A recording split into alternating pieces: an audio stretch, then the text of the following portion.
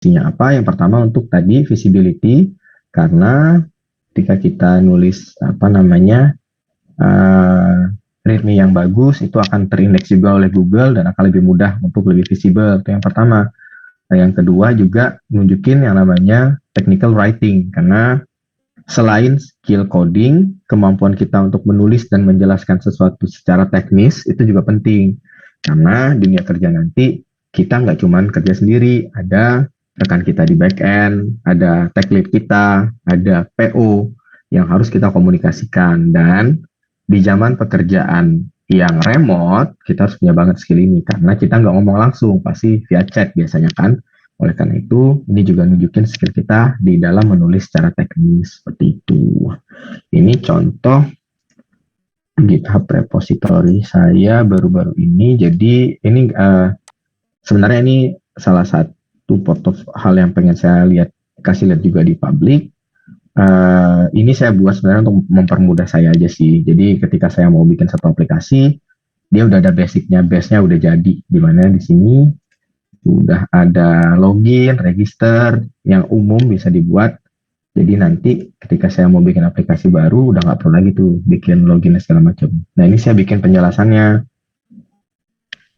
judulnya apa, nah, apa tujuannya project ini. Ini kan pengen demonstrate implementasi dari basic CRUD, CRUD itu create, update, delete yang bisa dipakai untuk bikin API sih. Ini fiturnya apa aja, gimana cara memulainya. Jadi ketika ada recruiter atau employer yang tertarik sama kita, pengen nyobain repository kita, mereka bisa ngejalanin aplikasinya di laptopnya mereka, di device mereka, tanpa kalau seandainya kita nggak mendeploy itu di kalau seandainya aplikasi itu tidak kita deploy atau accessible via internet gitu sih. Software foldernya seperti apa, punya kayak gimana, teknologi yang dipakai apa. Nah mungkin kalau teman-teman nanti bikin ya ini juga diperjelas nih apa poin yang mau teman-teman tunjukkan di di dalam aplikasi ini, di dalam portofolio ini. Nah, contoh lain yang saya buat itu ada di sini. Jadi ini salah satu ini, tapi konteksnya cuma di level library. Saya bikin library sendiri yang bisa diakses sama siapapun. Jadi ini aplikasinya sebenarnya library-nya untuk ketika kalau teman-teman nanti mungkin belajar gambar itu kadang-kadang dia nggak bisa auto scale. Jadi seandainya kita harus ngasih tahu tingginya berapa, lebarnya berapa waktu itu ya, tapi mungkin sekarang saya nggak update lagi, mungkin udah ada. Nah, jadi ini saya bikin waktu itu gimana caranya akan otomatis menyesuaikan lah untuk skala gambarnya. Ini saya jelasin satu-satu gimana cara fiturnya apa, instalasinya apa, penggunaannya seperti apa, cara kerja kayak gimana. Dan dengan ini kan recruiter ataupun employer akan sangat jelas nih memahami tentang portofolio yang kita buat gitu. Dan tahu, jadi tanpa harus menjalankan dan mencoba portofolio, dia udah tahu dan udah kebaca nih. Dan baik lagi, poin yang paling penting ini nunjukin technical writing kita. Salah satu hal yang lumayan penting juga ketika kita udah bekerja nantinya. Itu. Dan jangan lupa nih deploy your code-nya di deploy kalau bisa, dan share ke sosial media teman-teman, baik LinkedIn, TikTok, Instagram, it's okay. Sekarang zamannya share. Biar visibility kita semakin besar dan semakin terlihat. Nah, next, gimana sih kita bisa deploy code-code kita? Ini beberapa layanan gratis yang bisa kita pakai. Jadi salah satu hal paling penting ketika kita memulai adalah kalau bisa kita mendeploy di tempat-tempat yang gratis. Ini kita bisa di Firebase, Vercel, jadi, dan jangan lupa ketika habis di deploy, itu teman yang front end, most of ini udah bisa dipakai sih. Firebase, Vercel, dan GitHub ini.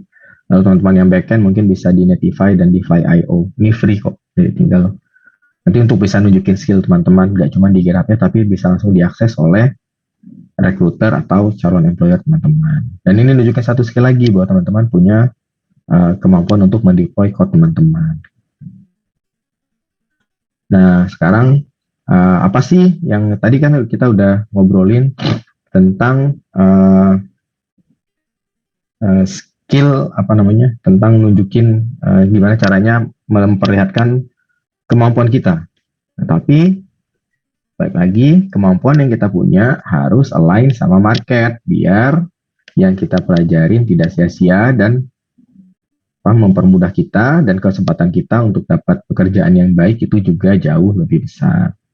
Nah, ini tren bahasa pemrograman yang paling banyak digunakan trennya sekarang sampai ke tahun 2023. Ini kita ngobrol yang ini di graf ini untuk front end dan back end. Itu yang pertama masih JavaScript, lalu Python dan Java dan terakhir TypeScript ini subsetnya ini mulai naik karena ada trennya. Mungkin sampai tahun 2003 nih. Di tahun 2025 kalau nggak salah sekarang udah disusul Python. Karena seperti yang teman-teman tahu, trennya sekarang ke LLM kan. Lalu kalau front end framework yang paling banyak lowongan pekerjaannya itu ada di React. Jadi tadi seperti yang teman-teman lihat dari Sinau Coding, teman-teman dari konco Sinau lihat di Sinau Coding mereka untuk front end-nya platform yang dipelajari React, which is align banget dan akan memperbesar kesempatan teman-teman untuk get the job ya. Lalu kalau untuk back end, sekarang trennya sedang naik di Kotlin, Python, Java, PHP, JavaScript, sama Golang. Gitu. Jadi apa yang kita pelajari kita buat juga harus align dengan market lagi. Nah, lalu ini yang saya pengen share ke teman-teman bahwa ketika teman-teman mulai coding dan membangun portofolio, coba di board dikit apa namanya point of view-nya dan gimana caranya si portofolio itu bukan cuman jadi sekedar portofolio, tapi bisa jadi produk yang bisa teman-teman develop dan bisa dipakai sama user sembari menunjukin portofolio teman-teman sendiri. Ini saya mau share sedikit. Saya bikin aplikasi untuk manage apotik di tahun 2020. Jadi waktu ini saya tujuannya pengen belajar tentang Golang. Saya pengen belajar tentang Golang waktu itu cuma mikir mau bikin apa ya. Yaudah saya coba bikin aplikasi untuk manage apotik dan klinik. Dan waktu itu kebetulan ada teman yang lagi bangun apotik. Saya tawarin ke dia secara free untuk pakai. Karena bagi saya yang penting si produk ini tuh gak cuma jadi portofolio tapi dipakai dan bermanfaat untuk orang lain. Nah itu yang saya lakuin dan alhamdulillah sampai sekarang masih kepake sama sama apotiknya itu dan sekarang udah dipakai udah dia buka cabang 2 apotik dan alhamdulillah kepake terus-terusan. Lalu yang kedua ini yang saya lagi kerjain di sini saya lagi pengen di kantor saya tuh belajar Flutter, pakai Flutter salah satu untuk mobile app-nya. Cuman saya lumayan jarang nyentuh, bisa ngerjain, cuman gak benar-benar jago banget. Dan akhirnya saya make decision, oke, saya mau belajar tentang Flutter, tapi nggak mau cuma belajar dan jadi sesuatu yang itu-itu aja. Saya decision untuk bikin app yang namanya Connected ini. Jadi gimana untuk menghubungin antar pasangan biar tetap selalu terhubung lah itu singkatnya. Ini sedang saya bangun sekarang masih on progress. Jadi saya mau teman-teman coba mindsetnya, oke, saya mau bikin portofolio, tapi gimana caranya portofolio ini juga bisa menghasilin. Yang saya prosesnya itu bisa menghasilin. Dan tadi salah satu contoh yang dikasih itu adalah financial tracker ya yang dibuat kalau nggak salah. Fun fact teman-teman, saya punya teman dia bikin sendiri untuk financial tracker, dia submit di Google, dia nyalain ads-nya, sekarang dia bisa dapat dari ads itu yang sama dengan gaji dia sebagai software engineer. Jadi sebenarnya opportunity-nya di sana. Kenapa enggak? Ya, daripada kita cuma ngobrolin tentang build portfolio, kenapa enggak kita build portfolio sama memberikan kesempatan lagi kita untuk mendapatkan sesuatu yang lain gitu, selain portfolio itu sendiri. Lalu yang kedua, teman-teman documented proses learning teman-teman. Kenapa? Ini yang saya lakuin juga karena sekarang contohnya nih saya kemarin, bentar ya.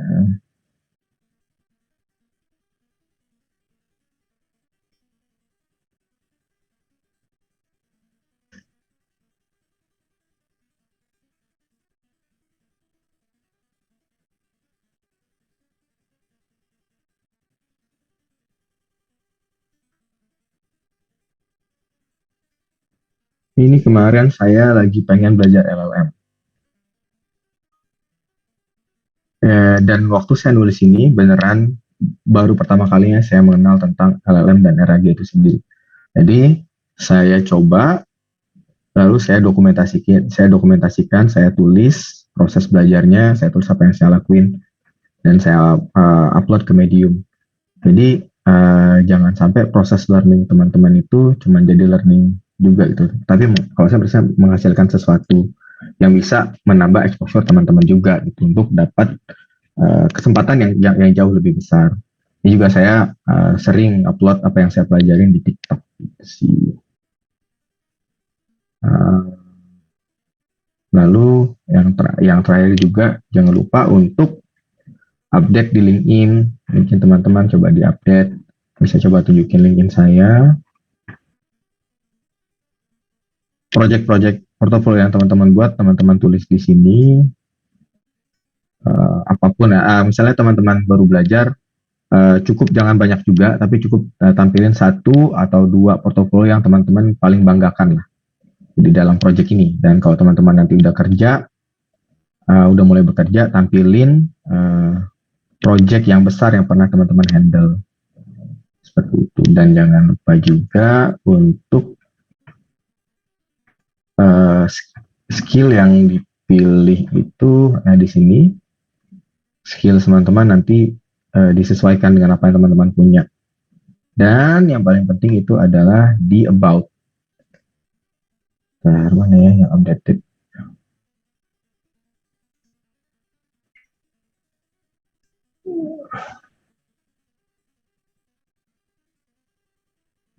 Nah, di sini kalau bisa teman-teman ini nggak update nih.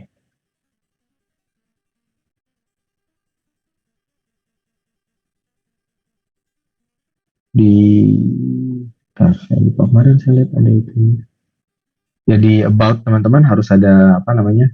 Apa kelebihan teman-teman, dan jangan lupa nih sebenarnya ditampilkan juga nih bahasa atau framework yang teman-teman familiar. Biar ketika di search tentang framework tersebut atau tentang bahasa tersebut, nama teman-teman bisa muncul. Seperti itu. Dah, segitu aja sih yang bisa saya share buat teman-teman. Semoga bermanfaat. Mungkin sisanya biar lebih clear dan lebih dua arah kita di sesi tanya jawab kali ya. Oke, saya coba stop share ya Kak Adis ya. Thank you.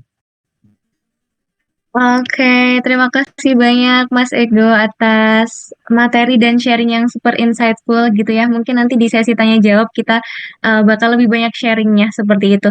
Jadi hari ini kita belajar banyak tentang gimana menyusun portofolio ya, koncesional semuanya, mengoptimalkan profile GitHub sama LinkedIn juga. Tadi udah di-share sama Mas Ego seperti itu. Kita juga dikasih tahu nih cara beyond portofolio itu seperti apa, sampai strategi membuka peluang kerja sebagai programmer pemula itu bagaimana gitu. Jadi di zaman sekarang itu portofolio ternyata juga bisa didokumentasikan lewat media sosial seperti itu ya Mas Ego gitu. Yep. Jadi bisa banget buat koncesinau yang punya platform yang lagi rame gitu kayak LinkedIn, Instagram, TikTok itu juga bisa jadi platform buat show off portofolio koncesinau semuanya gitu. Oke, mungkin langsung aja kita masuk ke sesi sharing atau tanya jawab. Jadi buat Konco Sinau yang pengen tanya-tanya nih tentang portofolio Konco Sinau semua, bisa langsung raise hand buat on mic atau bisa langsung diketik aja di kolom chat, nanti bakal aku bacakan satu-satu gitu. Oke, mungkin tadi udah ada beberapa yang tanya nih Mas Ego, aku bantu bacakan mungkin ya. Buat Kak Arif ini mungkin. Setelah ini buat Kak Ahmad ya, jadi ditunggu sebentar aku bacakan dari Kak Arif dulu. Kalau kerja di bidang IT begini ada batasan usianya nggak sih Kak gitu. Mungkin ini juga nanti bisa jadi bahan saran juga buat buat tim Sino Coding gitu buat bikin webinar tentang hal ini juga gitu. Mungkin bisa dibantu jawab dulu Mas Ego. Oh ya. Uh, Waktu saya switch karir itu umurnya pas 25 PTW. Jadi ketika kelar waktu itu baru mulai cari-cari kerjaan sebagai software engineer itu startnya di umur 25, dan alhamdulillah masih, biasanya jarang sih ya dari IT itu, yang penting kita punya skill, kita punya kemampuan dan di waktu yang sama waktu itu punya teman yang umurnya udah 30 waktu dia switch karir dan alhamdulillahnya dia dapat pekerjaan yang bagus juga sih dan sampai sekarang bagus karirnya. Dan buat teman-teman, kalau ini aku nggak tahu mungkin ini konteksnya tua atau muda ya, tapi ada teman aku juga yang dia lulus SMK itu teman di kantor, tim member aku di kantor yang sekarang, dia nggak ngambil S1 lulusan SMK dan langsung join bootcamp dan karirnya juga bagus sih. Cuman terakhir dia ngambil S1 alasannya karena diminta calon mertua. Nggak ada hubungan sama kerjaan. Oke, mungkin seperti itu ya Kak Arif. Jadi usia ini bukan sebuah penghalang gitu ya buat kita terjun ke dunia IT. Jadi bisa usia muda, tua juga masih bisa terjun ke bidang IT seperti itu ya Mas Ego. Oke, mungkin next setelah ini aku bakal bacakan lagi di kolom komentar, tapi mungkin aku bakal kasih kesempatan buat yang raise hand dulu kepada Mas Ahmad nih. Kak Ahmad boleh banget langsung on mic aja. Oke, terima kasih kesempatannya. Panggilnya apa ya, Bang ya, Pak Suhu ya. Ini yang saya tanyakan tadi sebenarnya ya mewakili juga ya masalah umur ya. Masalah umur itu saya kan usia udah 30-an nih, 37 dan dulu pernah ada belajar otodidak sendiri di website gitu. Nah, sebenarnya saya masih belum terlalu ini apa namanya ya basic banget gitu, masih HTML gitu ya apa. Nah itu buat pas mau masuk ke JavaScript kan agak ribet gitu, banyak banget yang harus dipelajarin gitu. Yang tadinya dari nggak ada basic gitu ya, belajar otodidak dari kopas-kopas doang. Kopas codingan terus cuman ini terus mau belajar yang lebih struktur lagi gitu. Itu tipsnya gimana gitu. Terus ya dari yang pertama itu gitu. Yang kedua ya tadi sama juga sih, saya juga ada basicnya juga cuma lulusan SMA gitu, apa bisa ikut ada peluang karir yang lebih baik gitu. Itu aja sih Kak. Iya Bang. Makasih sebelumnya. Oke. Mau langsung dijawab Kak Adis? Iya, silakan bisa langsung dijawab aja Mas Ego.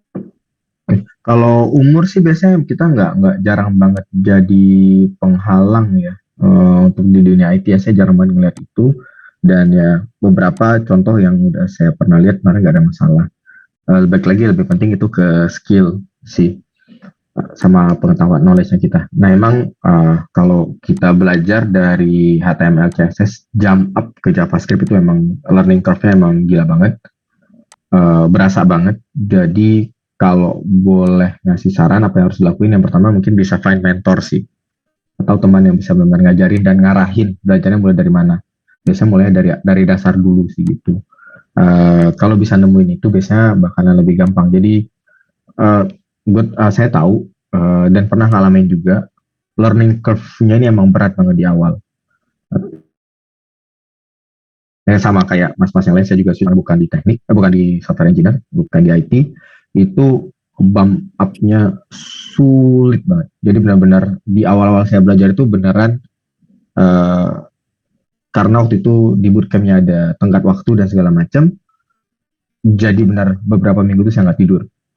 Benar-benar fokus belajar itu sih. Jadi tapi begitu kita udah dapet esensinya apa, caranya gimana, itu biasanya udah mulai melandai skill learning curve-nya. Udah mulai bisa di apa namanya, di maintain lah. Itu sih paling. Kalau saran saya, perjalanannya emang nggak gampang, tapi kalau kita mau kerja keras di awal, kalau kita udah tahu, udah dapet celahnya, biasanya aman sih mas ke belakangnya. Insya Allah lancar sih. Soalnya emang di awal emang berat banget sih. Semoga menjawab ya.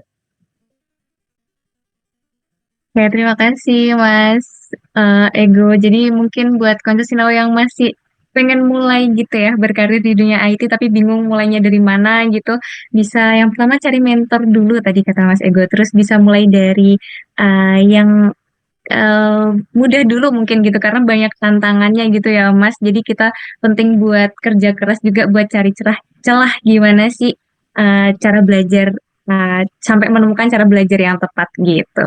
Dan Oke, mungkin aku lanjut ke pertanyaan di kolom chat, nanti lanjut ke yang raise hand lagi gitu ya, Konco Sinau, habis ini ke Mas Fauzi. Ini mungkin aku bacakan dulu buat eh, Kak Vincent ya. Tadi Kak Vincent ada raise hand kah? Oke, mungkin dari Kak Vincent. Aku buat aplikasi kasir untuk toko orang tua. Bolehkah dijadikan portofolio? Mungkin bisa langsung dijawab, Mas Ego. boleh banget Mas. Itu udah oke banget. Berarti kan emang udah kepake kan juga. Dan bisa diceritain tuh nanti apa di portofolionya mungkin dirapihin, dibuat versi non developmentnya, non productionnya, terus di deploy mungkin atau di GitHub-nya dirapihin, dikasih tahu itu tentang apa, tag-tag yang dipakai apa aja, dan juga bisa ceritain kalau ini udah dipakai, boleh banget. Malah ini menurut saya bakalan jadi hal yang lebih menjual sih ketika ketemu recruiter. Oh, saya bikin ini dan ini udah dipakai nih untuk ini.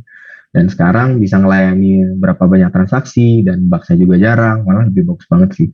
Malah saya nyaranin teman-teman kalau bisa portofolionya beneran dipakai di dunia nyata itu jauh jauh lebih baik sih. Oke, seperti itu Kak Vincent, semoga bisa menjawab. Jadi walaupun portofolionya ini tadinya cuma milik toko orang tua gitu ya, tapi ternyata tetap bisa dijadikan di portofolio kita seperti itu. Oke, semoga menjawab ya Kak Makasih Kak. Vincent. Makasih Kak. Oke, Makasih Pak. oke, mungkin next lagi ke Kak Fauzi ya yang sudah raise hand, boleh langsung on mic aja. Cek, cek. Halo, suara saya terdengar ya? Oke. Sebelumnya kan saya lihat di beberapa lowongan di back-end engineer, khususnya di junior, kan sekarang udah kayak mepet-mepet ke DevOps ya. Ini kira-kira terhadap ekspektasi para recruiter terhadap penguasaan AWS sama Jenkins itu gimana ya Kak? Soalnya saya jujur aja saya ini kurang pede buat lamar kerja soalnya saya belum jago-jago amat di Jenkins sama belum tahu AWS Samsek. Oke, siap, siap. Makasih Sebenarnya Kak. tergantung ininya sih Mas. Kalau kita ngobrolin big company, biasanya mereka udah terpisah tuh antara DevOps sama backend. Cuman ketika kita apa namanya ngobrolin tentang small company, itu biasanya mereka emang ada ekspektasi untuk itu, dan itu hal yang wajar. Dan kayaknya ekspektasi mereka sebenarnya nggak setinggi itu juga sih untuk benar-benar kayak maintain auto deployment dan segala macam, tapi lebih ke kayak gimana caranya seorang backend engineer bisa bikin code-nya sampai code-nya itu bisa di ship ke production. Nah, ekspektasinya di situ. Harusnya sih learning curve-nya kalau masnya udah familiar sama backend, learning curve-nya nggak sebesar itu sih, dan mungkin nggak yang harus Jenkins, nggak yang harus AWS juga, mungkin karena kita kalau mau mulai ke sana terkendala cost juga ya. Mungkin bisa penggantinya bisa ke GitHub, GitHub Action segala macam. Cuman emang banyakkan ekspektasinya ada sana. Sama satu lagi si Docker, itu hal yang lumayan penting juga untuk kita tahu Docker, karena sekarang trennya itu udah mulai bergeser, udah nggak di kebanyakan ya bisa kita deploy ke VPS dan segala macam. Cuman sekarang most of orang udah pakai Dockerize. Dan percaya Mas, kalau seandainya udah bisa, udah tahu, oh ternyata ini loh esensinya di deployment tuh kayak gini, nggak bakalan terlalu sulit sih. Pede-pede aja dulu, coba aja dulu, nggak ada masalah. Maksudnya sekarang kan juga mau coba ke AWS segala macem, sebenarnya kayaknya harus bayar pay kartu kredit ya. Cuman kadang-kadang aku dulu beberapa lama coba belajar untuk itu, nggak yang sampai ngeluarin banyak uang juga sih untuk itu ya, karena cuma belajar deploy doang kan. Itu sih kalau saran aku emang harus dipelajari, karena semakin luas skill set kita, semakin besar kesempatan untuk ada sih gitu, untuk dapat jobsnya. Siap Kak, kasih.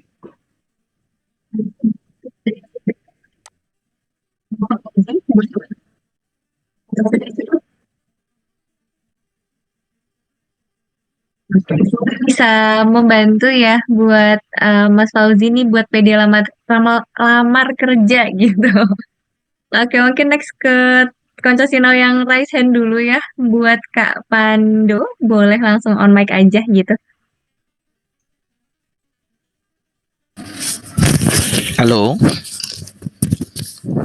suara saya Iya, kedengaran kah? halo. Terdengar, Kak.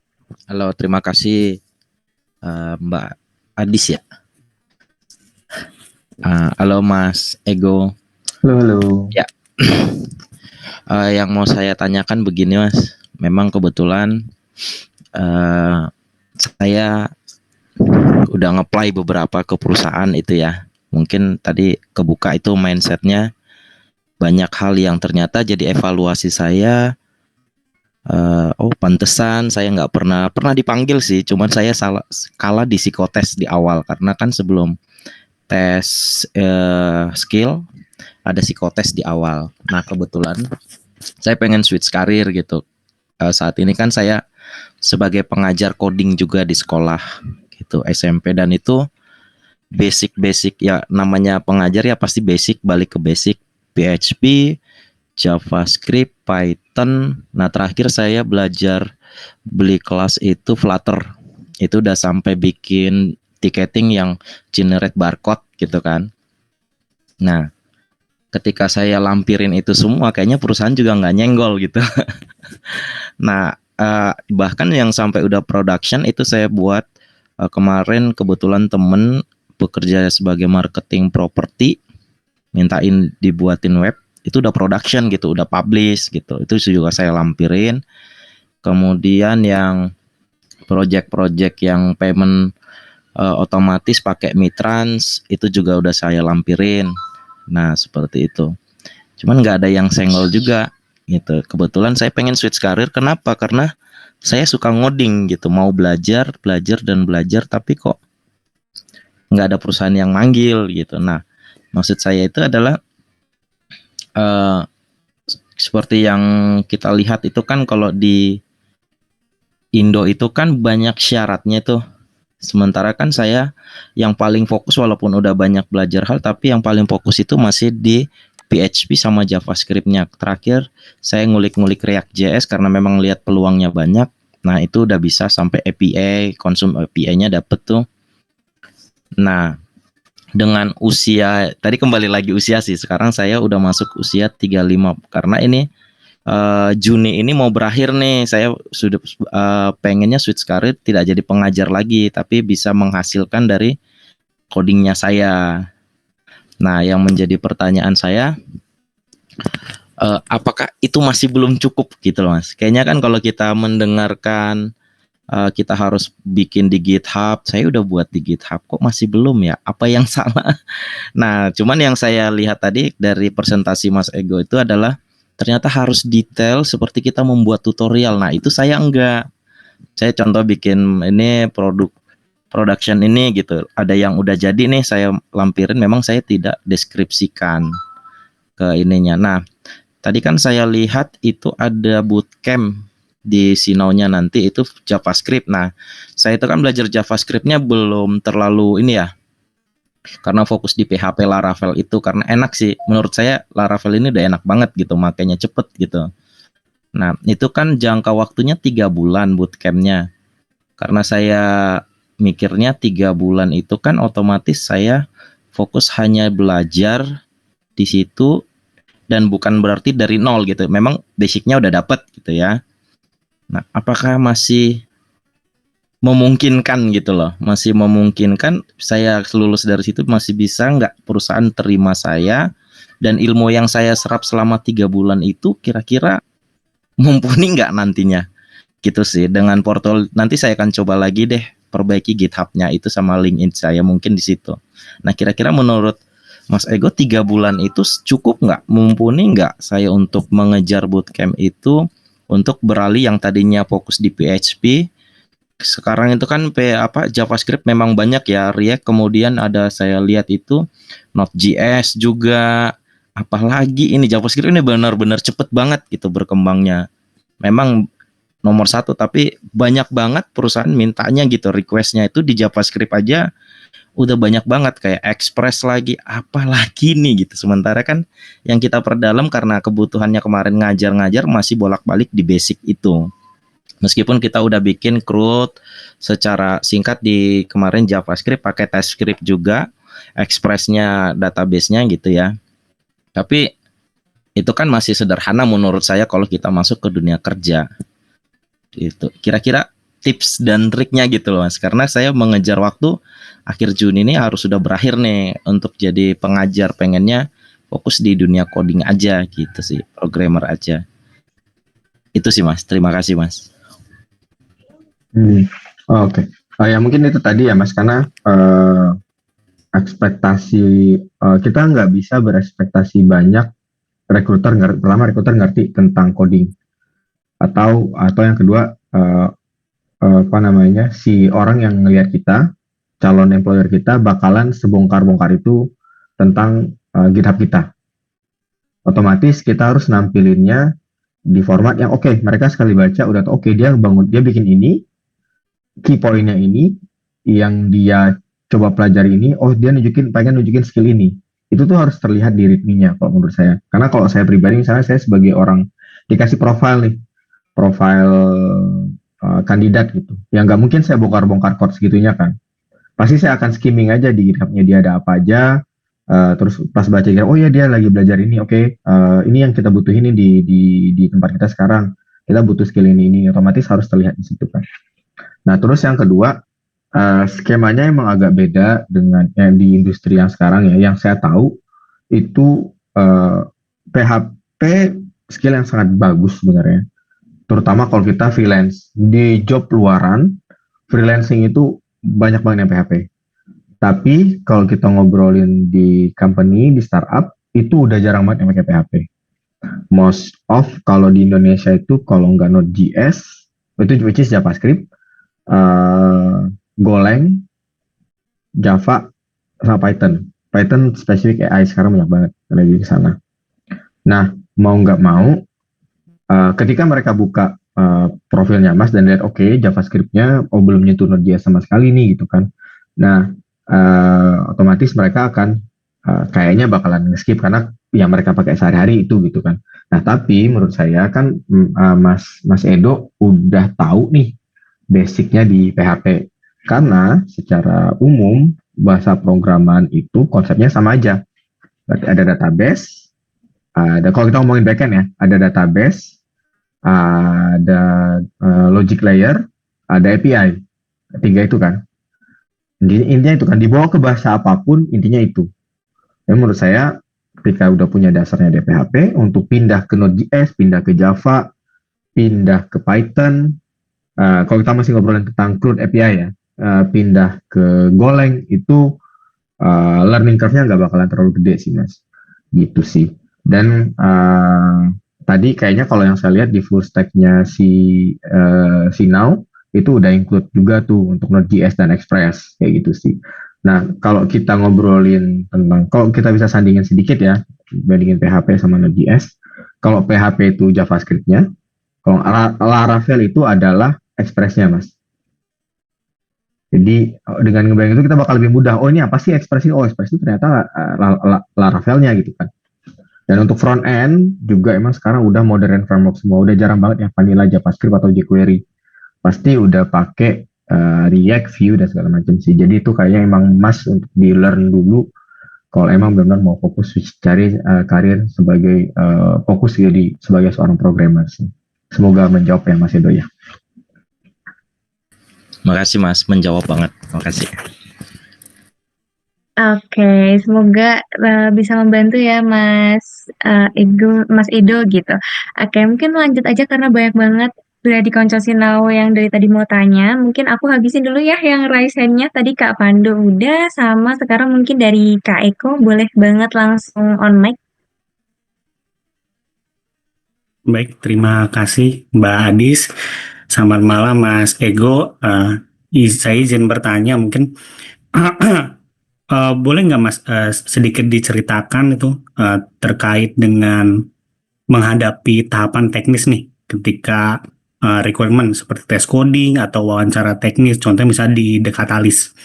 misalnya skill teknis apa yang wajib kita kuasai, ataukah ada penekanan pada bahasa pemrograman, algoritma, struktur data, atau konsep sistem desain mungkin. Nah, kemudian pertanyaan kedua, seberapa besar gitu peran signifikan portofolio kita saat melamar posisi software engineer gitu, misalnya di Dekatalis gitu Mas. Mungkin itu yang ingin saya tanyakan. Terima kasih. Oke.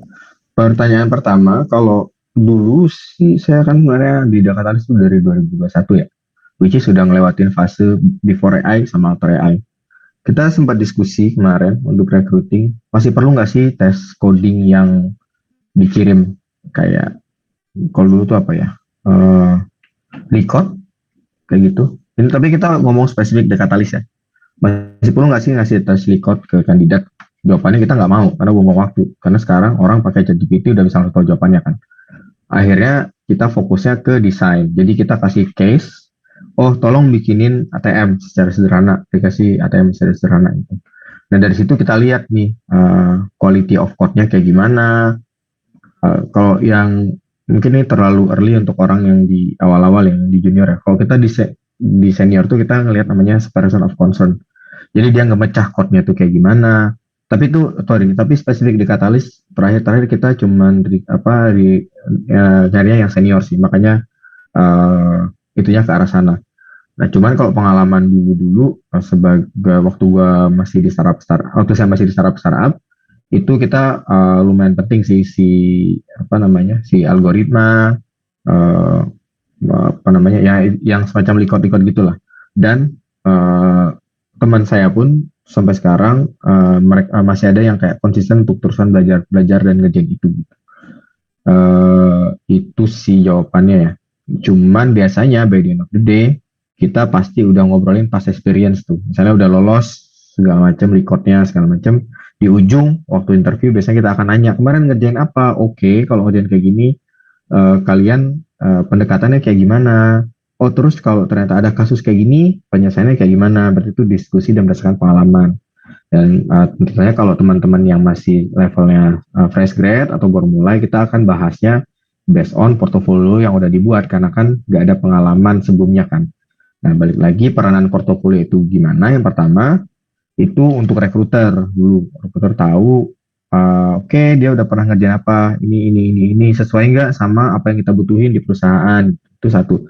Terus yang kedua, karena kalau kita ngobrolin tentang orang yang belum pernah bekerja sebelumnya, nah kan kalau udah bekerja sebelumnya kan enak nih. Oke, kemarin kamu ngerjain apa? Oh, kamu kita ngerjain ini, caranya gimana, pendekatan kayak gimana? Bisa ngobrolin itu kan. Tapi kalau fresh grade gimana? Itu gunanya portofolio. Oke, kemarin kamu bangun apa? Misalnya let's say aplikasi keuangan. Oh gitu, aplikasi keuangan. Oke, kemarin database skemanya kayak gimana? Oke, kalau seandainya ada kasus edge case kayak gini, kira-kira kamu handle kayak gimana? Biasanya kayak gitu sih Mas. Jadi gunanya portofolio itu terutama untuk yang baru fresh grade, untuk jadi bahan diskusi nanti ke user biasanya sih kalau untuk bahan diskusinya. Dan untuk visibility ke recruiter. Gitu. Oke, apakah ada feedback lagi? Mungkin boleh kalau misalnya masih ada feedback atau sudah cukup? Iya, cukup. Terima kasih Mas Ego. Sama.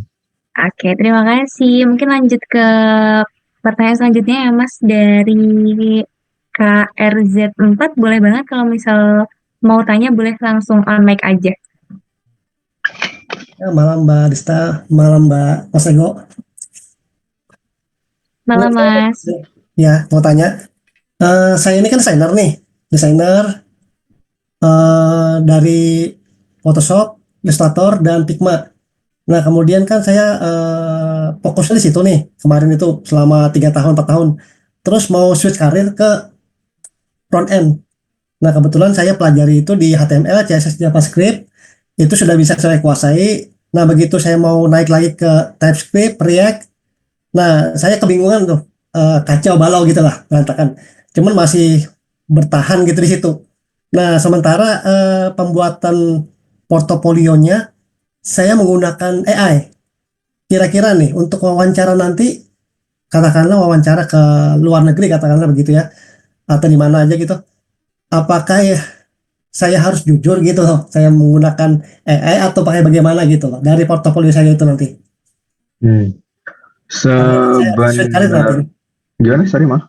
Saya rencana kan mau switch karir gitu loh. Hmm. Baru berjalan 6 bulan ini belajarnya. Ya, sebenarnya kita justru kalau di kantor mengencourage orang untuk bisa menggunakan AI biar lebih optimis ya. Nah, tapi kalau dalam konteks baru mulai, nggak harus juga sih untuk dijelasin kalau itu pakai AI. Lebih ke biasanya dari situ akan ditanya, karena kan kalau kita butuh tahu orang tahu apa yang dikerjain apa enggak kan. Perkara nantinya pakai AI itu bisa membantu mempercepat, kenapa enggak. Nah, menurut saya kalau emang itu dibantu pakai AI nggak apa-apa, tapi masnya harus tahu kalau ditanya penjelasannya kayak gimana. Dan saya mungkin Baik. ketika kita akan ngobrolin React, ada stat kan. Oke, ketika statnya ini kayak gini digimanain, apa yang terjadi. Oh, misalnya untuk mengurangi re-render kayak gimana. Oh, kalau seandainya pasti akan diminta coding di tempat untuk lanjutin biasanya. Oh, kan project yang atau akan dikasih case coding kayak gitu sih. Nah, takutnya kalau emang ngerjainnya pakai AI dan nggak benar-benar tahu latar belakang atau caranya, nah akan gagal di sana. Yang ditakutin itu sih mas sebenarnya. Baik. Perlu nggak kita nunjukin GitHub juga atau dirahasiakan aja nih? Kenapa? GitHub-nya nggak apa-apa sih, kan fine-fine aja, kan orang nggak tahu generate AI atau nggak kan kalau udah jadi di GitHub. Oh gitu. Jadi nggak perlu ditanya tunjukin ya? Iya, yang penting menurut saya sih pertanggung jawabannya aja. Ketika ditanya, masnya tahu dan bisa jelasin sih. Oke, dari portofolio itu ya? Baik. Terima kasih mas. Oke, semoga menjawab ya Mas. Aku mungkin next dulu nih Mas Ego ke pertanyaan yang ada di kolom chat. Nanti lanjut ke Kak Ilham yang raise hand gitu. Aku bacakan dulu buat Kak Arif nih. Saya sudah bekerja sebagai programmer. Lalu bagaimana cara membuat portofolio sedangkan aplikasi yang dibuat adalah aplikasi kantor? Mungkin bisa dibantu jawab nih Mas Ego. Kalau udah kerja sebenarnya lumayan enak sih mas. Kalau lagi kan tadi salah satu tujuannya itu untuk jadi talking point kan. Berarti kan masnya udah punya nih, karena udah punya pengalaman, itu bisa diobrolin sama recruiter atau sama employer. Nah cuman kalau saya pribadi sampai sekarang pun masih pengen untuk ngupdate portofolio sih. Nah biasanya kalau saya emang apa yang saya lihat di kantor, oke ada permasalahan ini, terus saya cari use case-nya dengan produk yang saya buat. Kayak yang tadi saya jelasin kan bahwa sekarang saya coba bikin aplikasi sendiri, aplikasi yang saya pengen buat. Saya belajar di kantor misal indexing database contohnya, indexing database yang optimal tuh kayak gimana. Nanti ya saya coba implement di portofolio saya gitu biar lebih visible kayak gitu sih. Cuman harusnya kalau udah experience nggak terlalu perlu sih, kecuali mau bikin portofolio untuk freelance dari luar misalnya. Nah itu mau nggak mau kita harus bikin dulu sih contohnya, karena nggak bisa pakai aplikasi dari kantor gitu. Oke, seperti itu Kak Arif, mungkin ada feedback. Kalau misal masih ada feedback boleh ditulis di kolom chat. Aku lanjut izin bacakan pertanyaan konsesinal yang lain ya Mas. Dari Kak Cecep ini, saat ini sudah menguasai PHP, apa perlu fokus tetap atau switch ke tech stack lain jika saya ingin sebagai freelancer back-end di luar negeri? Portofolio apa yang harus dipersiapkan? Oke, mungkin bisa dibantu jawab Mas. Ya, kayaknya kalau PHP sekarang di luar juga masih banyak sih mas job PHP. Ya kayaknya menurut saya sih nggak perlu untuk switch kalau belum ada keperluan.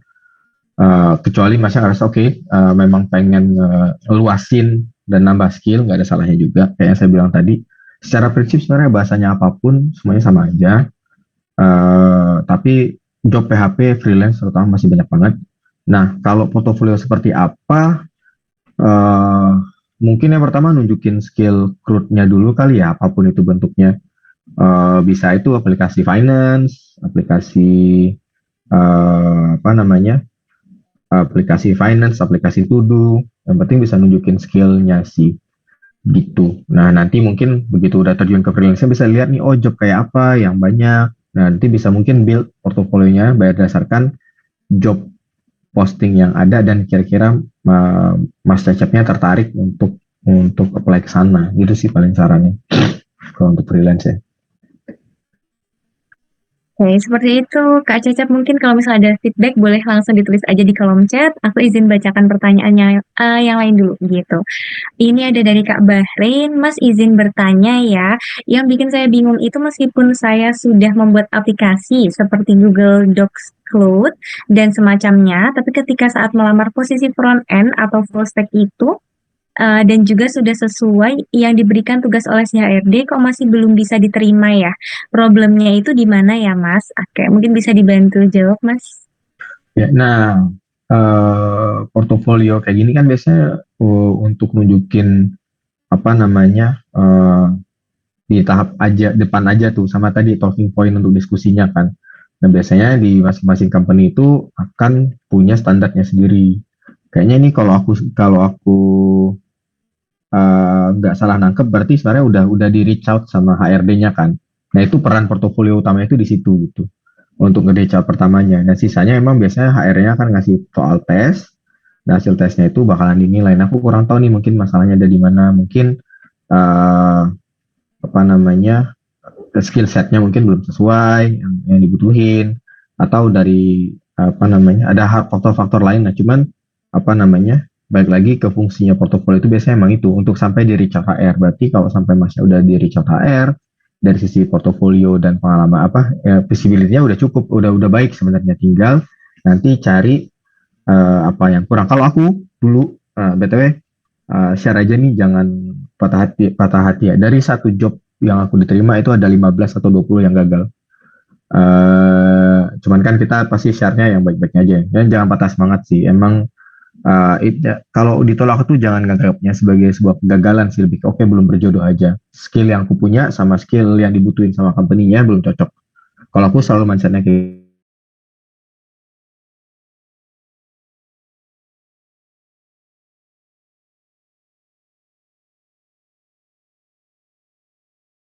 jadi aku tahu kurangnya mana dan bisa aku improve. Mungkin itu sih Mas sarannya ya. Oke, semoga bisa membantu ya Mas Bahrain. Aku next dulu ke pertanyaan selanjutnya ya Mas Ego.